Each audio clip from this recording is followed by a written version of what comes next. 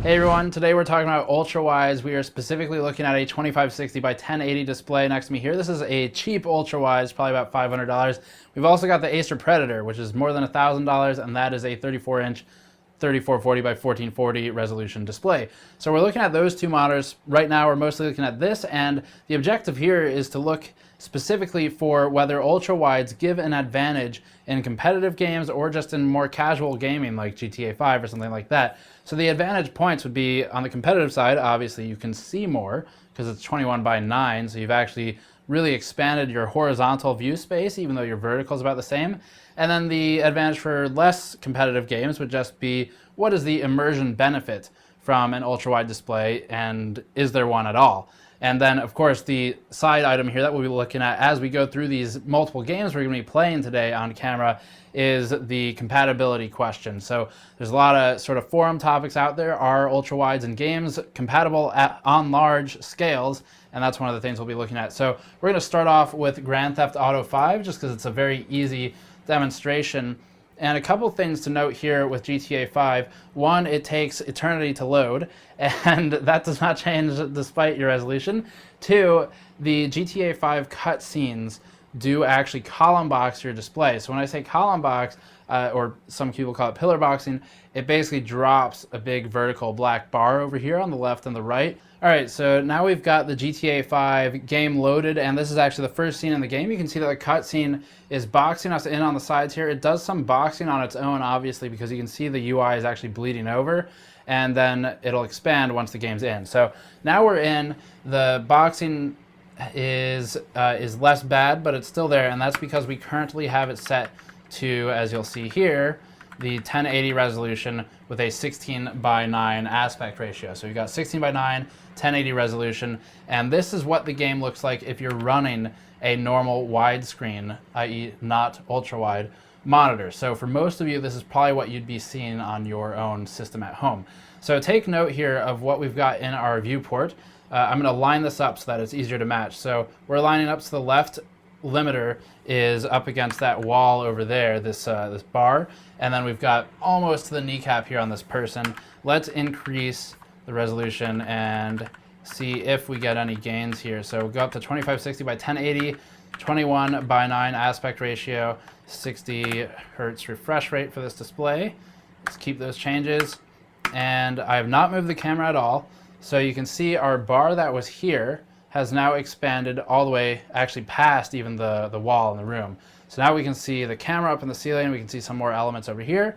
And for the person, this is probably the easier one, we were stopped about here on the middle of the shin, and now we can see almost to their head, or we can't see their head. So that sort of shows how much extra you can see in ultra-wide.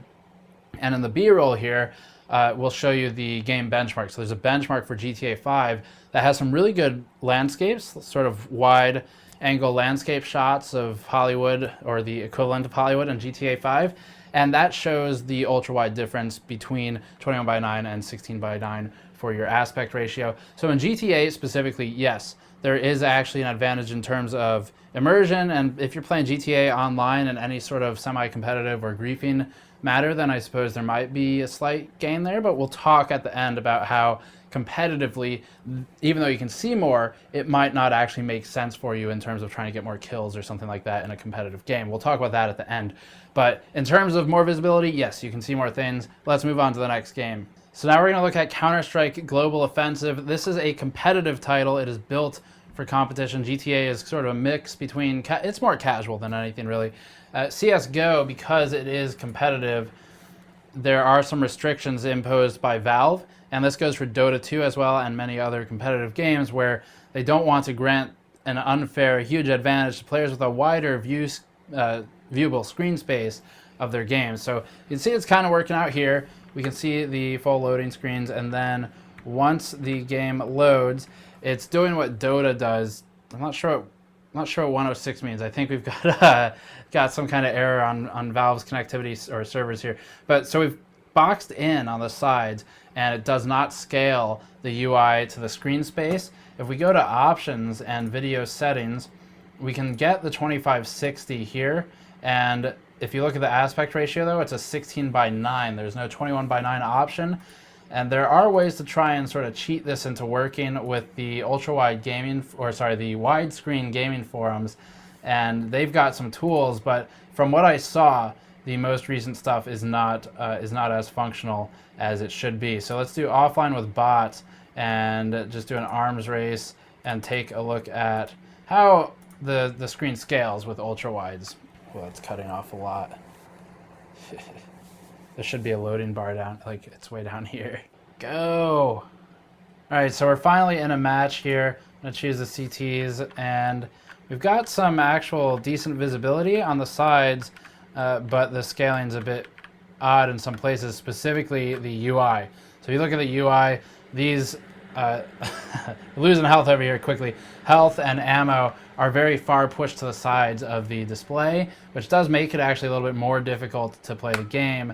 This is something we talked about with some pro players from other games, even TF2, and sort of asked, you know, with wide screens or ultra wide screens, is it so wide that looking around side to side on the display actually hinders your ability to play adequately?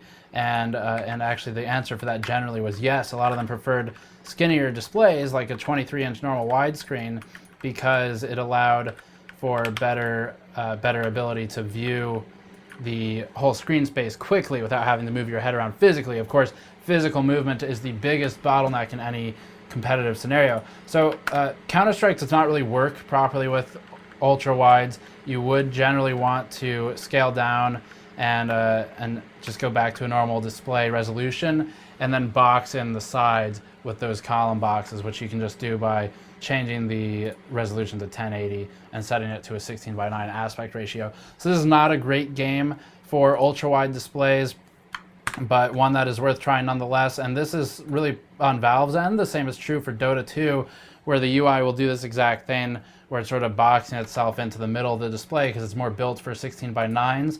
And there's the whole competitive thing where Valve doesn't want to grant players with ultra-wides a huge advantage. Now the same is true for Starcraft 2, which we don't have installed on this computer because it's ancient and we don't test with it anymore. But Starcraft 2 does not support ultra-wides properly either. It had a brief fix through the widescreen gaming forum. There was a tool that fixed it, but that no longer works with the Legacy of the Void patch that came out. So Starcraft 2 is no good either on the competitive front. Games that are good, however, Call of Duty Black Ops 3 just came out, and even though it's kind of between competitive and casual on the PC, it's not as heavy competitive scene as Xbox. It is still a competitive game, and they do have proper ultra-wide support with 21:9 aspect ratio in there natively, which we'll see in a moment. Okay, so now we're looking at Call of Duty Black Ops 3. This is a pretty good title for ultra-wide demonstrations. As you can see, we've already got it working in the 2560x1080 resolution. You can see a lot on the borders, and you can also see that the field of view is a little bit crazy. So that is mostly known by looking here at the arm.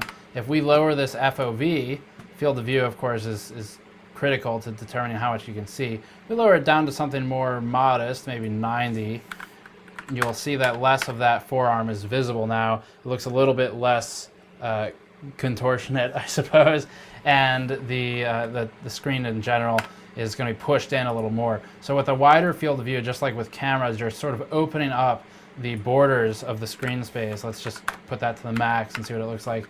And now we can see a whole lot of the game. Let's look at our cutoff points here, do something easy. So I'm going to set the cutoff point to that chimney on the left, and then we're going to do, let's see here, this should be better. Here we go. So we got the two trees, they're right at the border for each of the trees.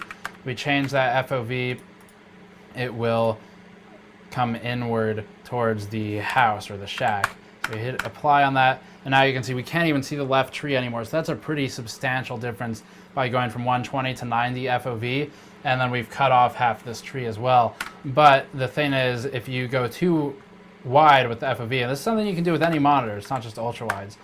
You go too wide with an FOV setting, and it will actually start sort of warping things as you approach them on the left or the right in this case. And that the amount that these things warp when you come near them will be less significant when you're on an ultra-wide display because of the nature of being a wider screen. So it does allow you to get away with a higher FOV before the sort of undesirable warping effect comes into play. And when you're playing competitively online, you'll notice that, because as you're tracking a target, if they come near you, it actually does get harder to hit them because the movement is no longer a one-to-one.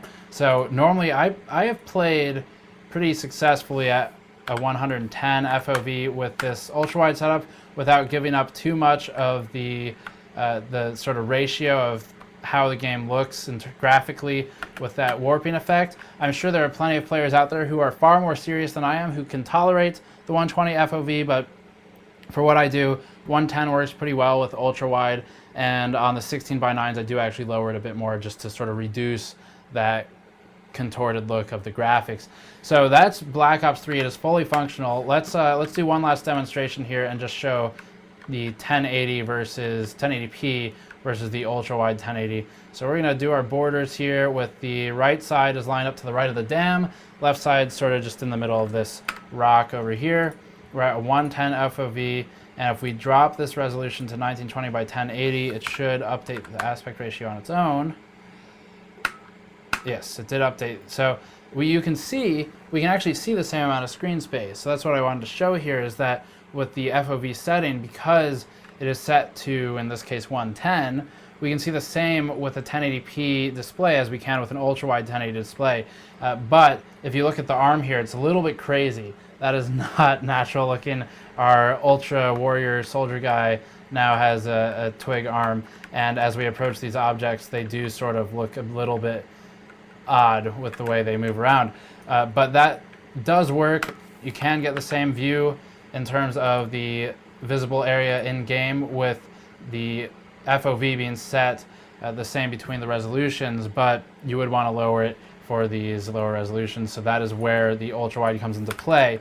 Do you get an advantage? I don't really think that you get sort of a huge advantage with this sort of thing, but you can definitely see more with a wider FOV, and you can maintain a wider FOV if you've got the bigger aspect ratio, the 21:9 aspect ratio. So sort of up for you to decide on that one, how you play Call of Duty specifically, but that is one of the games that's a better demonstration for ultra-wides. So one last game type here to talk about is grand strategy. With some strategy games, RTS like Starcraft 2, ultra-wide just doesn't even work. With MOBAs, it's kind of hit and miss.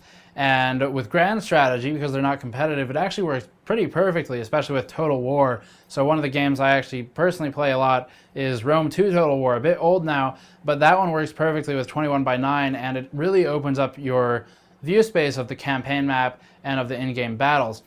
Whether or not it's worth it, the value in terms of paying extra for an ultra-wide is not something we're going to discuss here. You can find that in our ultra-wide reviews. But in terms of actual being able to see more, yeah, you can see more of the campaign map, which is useful just for management. It's not competitive, so there's no real advantage competitively, obviously, but there is usefulness in terms of immersion, and the same is true for the in-game battles. You can see more, so you can actually manage your units a bit better, and that is useful for moving units around to respond to events as they happen in game with a bit more agility than maybe a 16:9 aspect ratio. So the one thing to fall back on here for ultra-wides is the manner of, does it actually matter when you're comparing something like a 23-inch 16:9 versus maybe a 29-inch 21:9 within the game, the competitive game space.